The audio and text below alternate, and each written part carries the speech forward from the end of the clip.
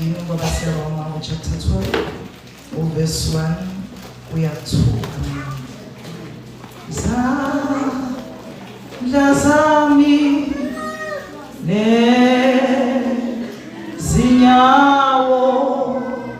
kanye naluni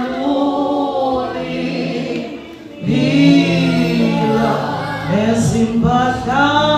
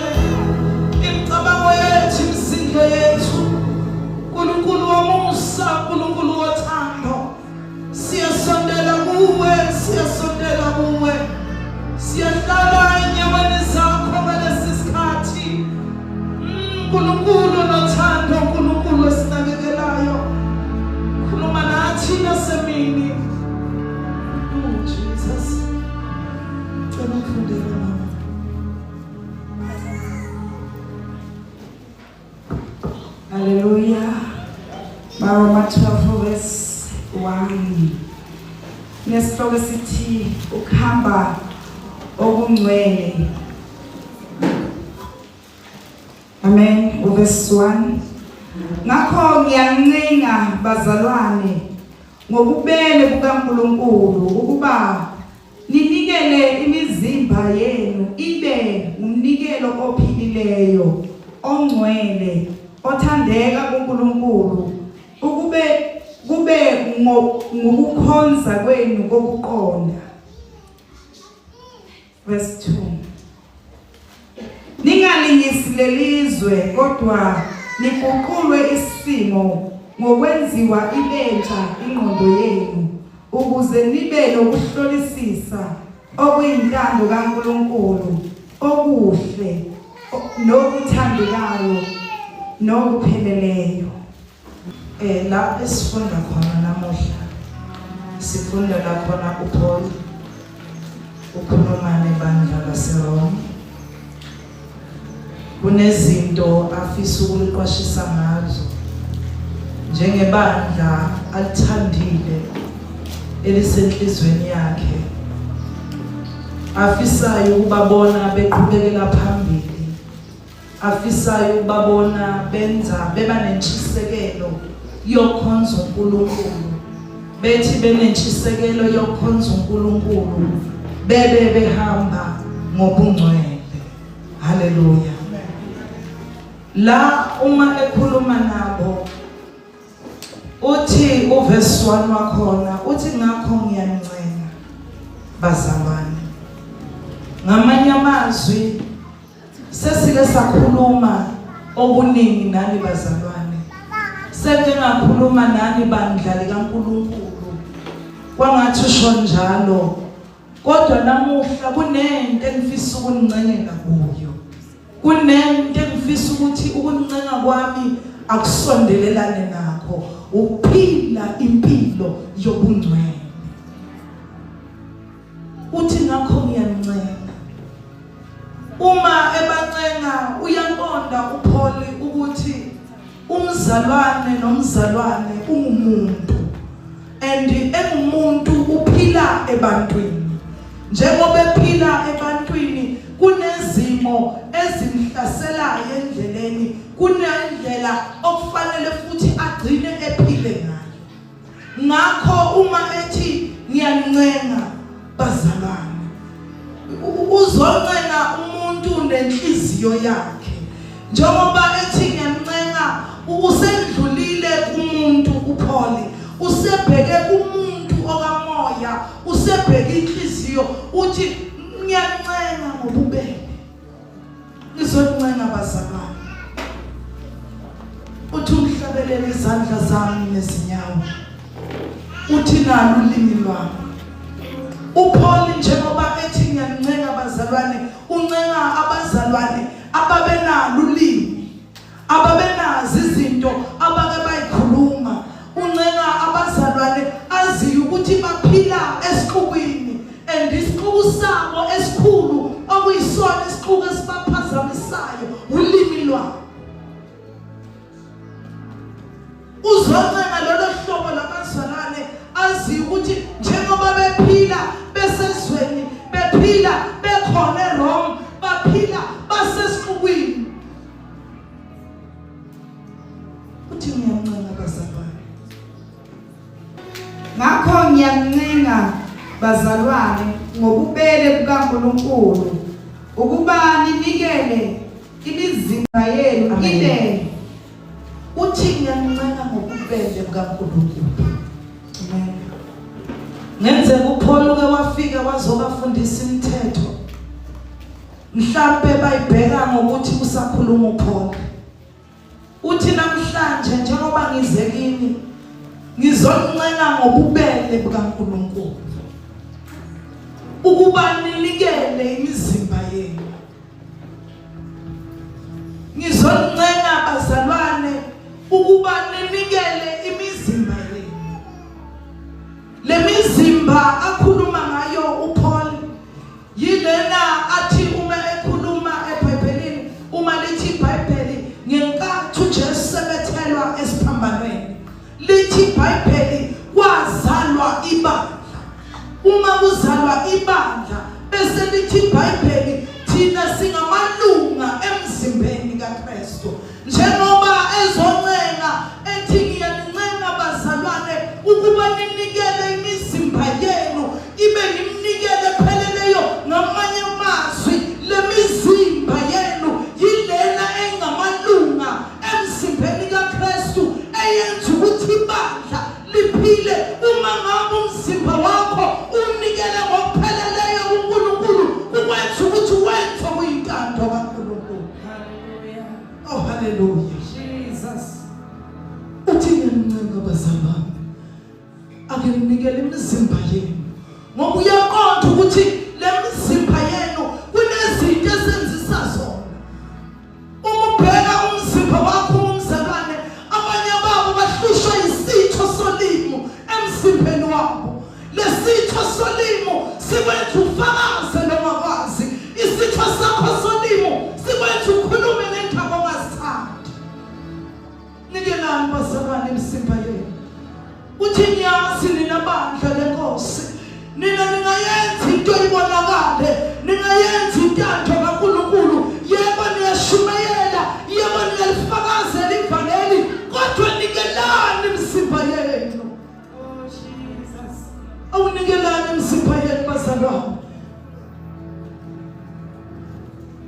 sikhululekile siyavuka siyamkhonza uNkulunkulu. Iyabonakala ithukuthuku zethu siyayibala amaqhathi iminyaka siyahamba naye uNkulunkulu. Kepha imizimba yethu nikelwe yini kuNkulunkulu? Imizimba yethu ihlangene yini naye? Le mizimba yethu iyafakazela yini lokho esikushoyo ngomlomo wethu?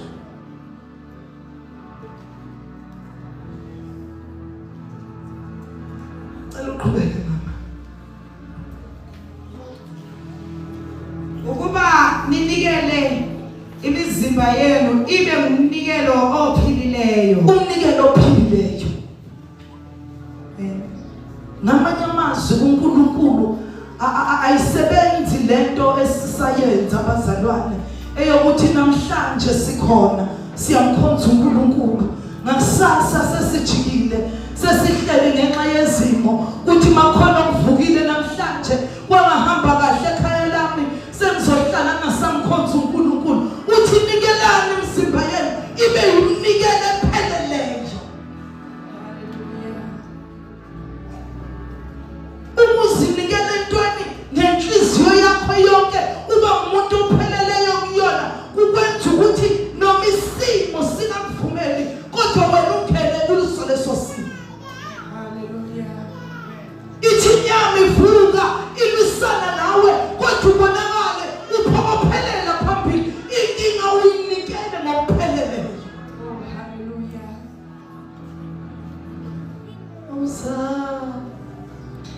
Sami nezinyawo eyingane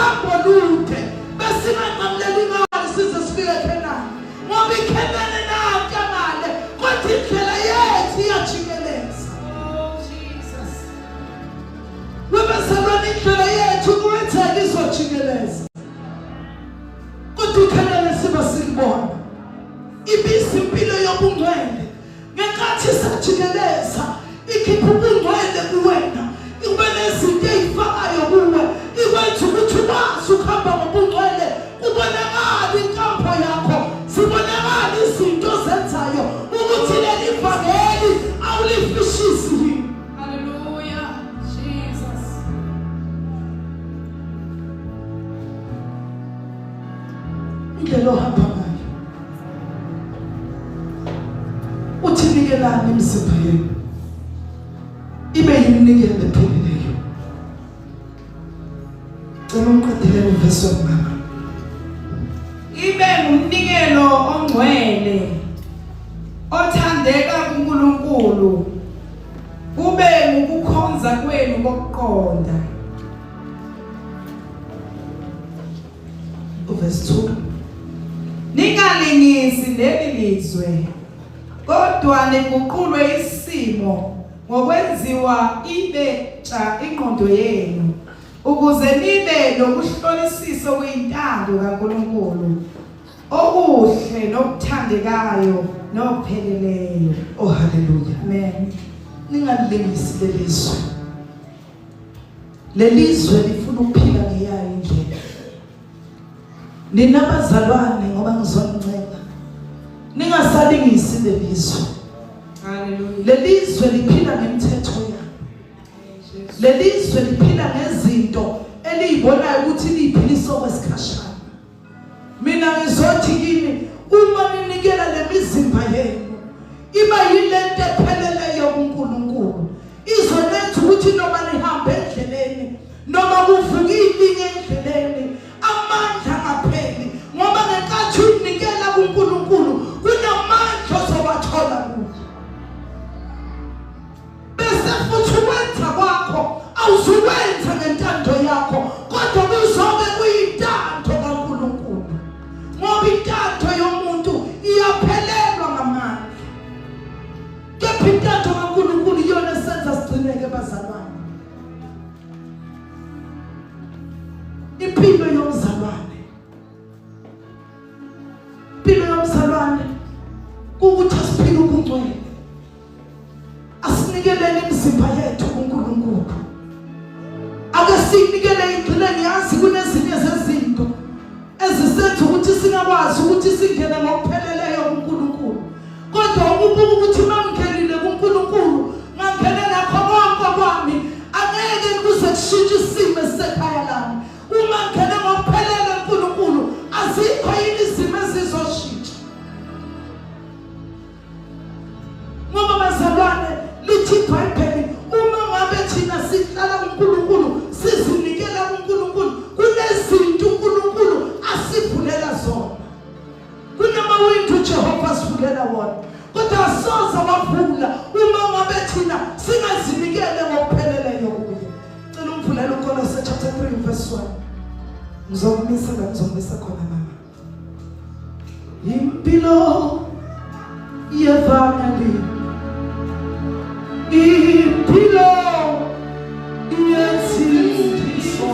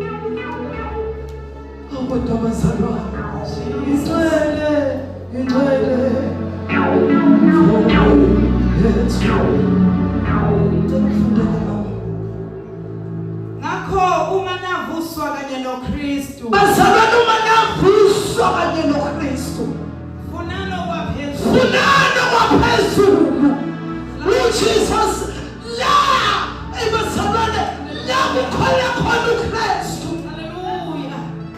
Jesus. Ebazalwane uma navuswa kanye noKristu, fulana ngaphezulu. Asuka ngwasemhlabeni. Fulani. Oh Jesus. Hallelujah. Akasifuna ngaphezulu. Oh Jesus. Fulana ngaphezulu. Wazalama. La ekhona uKristu. Ilakhona uKristu. Ehlezi ngakwesokunene. Labazalwane uKristu uhleli ngamasabunene sikaNkulunkulu. Lithi iBhayibheli lithi ngoba ehlezi ngamasabunene sikaNkulunkulu. Labazalwane uyabusa. Ubuselwa. Hallelujah. Uhlezi ngamasabunene. Jesus. Fulana ngaphezulu. Bazalwane fulani. Umbuso kaNkulunkulu. Hallelujah. La uKristu. Akhona khona. Ethi uhlezi ngamasabunene sikaNkulunkulu. Kubeka mama. Nakani okwaphezulu. Nakano kwaphezulu. Ninganako Yelelani kusemhlabeni. minako yalelizwe. Le minako yalelizwe yiyesiphembezelayo ezokwenza ukuthi singamboni uNkulunkulu. Iminako yalelizwe isenza ukuthi sikhohlwe ithomba kaNkulunkulu mathe emhlabeni. Jesus. Oh Jesus isambe mama. Ngokuba nafa ukuphila kwenu kufihliwe noKristu kuNkulunkulu. Bazalwane kunento eyenzeka esiphambanweni. Ngenkathi uJesu abethelwa. Ngenkathi ehlatshwa ehlangothini. Ngenkathi kuzalwa ibandla. Ngenkathi lithi iBhayibheli uJesu wafa esiphambanweni. Immediately afa kwakufa nathi izono zethu. Hallelujah. Kwakufa nathi ukuphila kwethu kwenyama. Oh hallelujah. Kunento eyenzeka ngaleso sikhathi. Ngenkathi uJesu efa, nathi lithi iBhayibheli ukuphila kwethu wafa. Ngamanye amazwi lezi zinto ezinenza ngenza izinto ezingalungile zafa noKristu. Ungani manje simbusa? Oh Jesus. Ungani bazalwane sibuswe izinto ezafa? Kungani bazalwane sibuswe izinto elithi iBhayibheli ngenkathi uKristu efa lithi kwakufa nakho bazalwane, kodwa bangathi sibuswa yilezo zinto. Yilezo zinto inkani yami yambusa. Fasali inkani kimi. Nimbona ngimuntu ongakhulumiseki. Kusele uzazi ingoba kufana noKristu.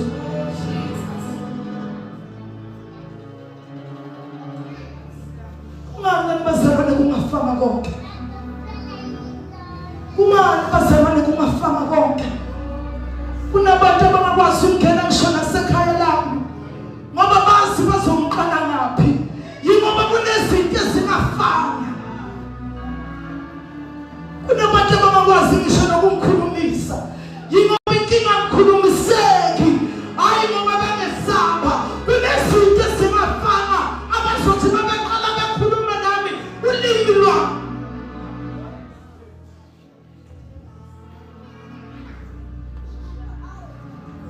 Kunezinto ezifayo bazalwane.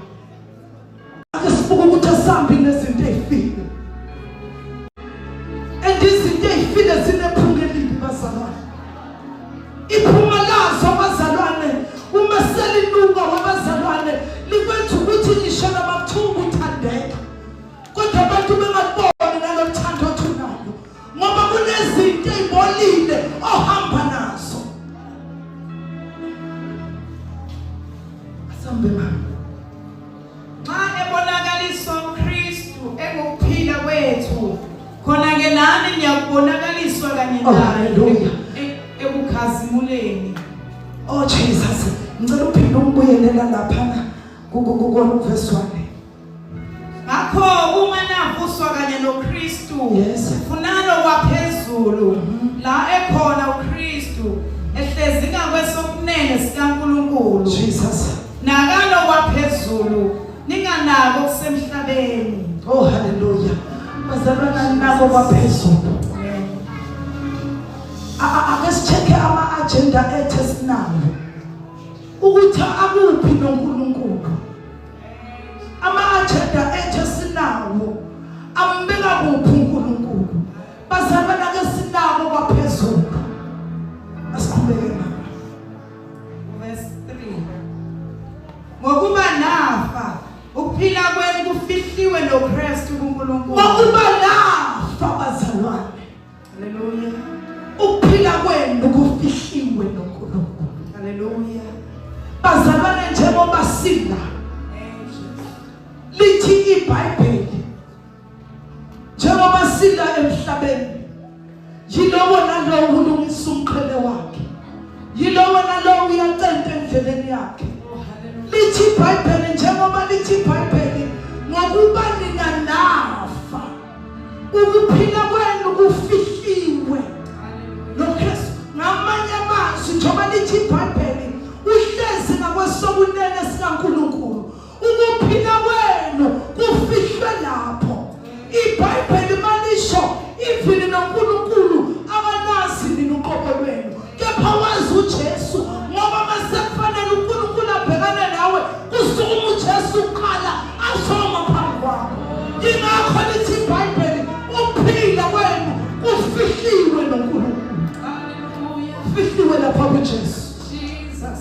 Ngoba makungavela wena, makungavela mina, singabona into esingakaze siyibone. Ulaka lukaNkulunkulu. Kodwa maphakamu ulaka lukaNkulunkulu kuye kuvela uJesu abesethi ngixolele ngisalungisa nelakhe iphutha. Oh, hallelujah, Jesus. Ukuphila kwenu bazalwane Hallelujah. kufihliwe. Yingakho iBhayibheli lithi kuyokuthiwa ngalelana seliqhamuka ibandla likaNkulunkulu sebaqhamuka amakoti bewundlu.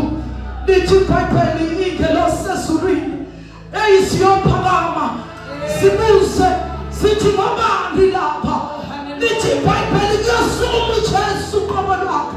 Lithi abafele emhlabeni akuhluphekeni ekukhatshekeni sosizini. Lithi badlulile ekukhatshekeni. Lithi bathetheleni bangene. Oh, Jesus. Hallelujah. Ukuphila kwethu kufihliwe kuKristu. Oh, hallelujah. Siyobuza izingelosi zithi bangobani laba? Asukuma uJesu. Manje usasukuma lithi iBhayibheli ungummeli wethu. Hallelujah. Usasimele ezulwini. Uthi uma kukhona into efuna uNkulunkulu azoyibhekana nayo nawe bese kusukuma yena uJesu athi Baba bheka amanxeba bezandleni kuwubulaya umphefumulo nangiwulanda. Lithi iBhayibheli makathi uyasukuma uNkulunkulu athi mebheka wena mebheka ibandla athi wahlamathini.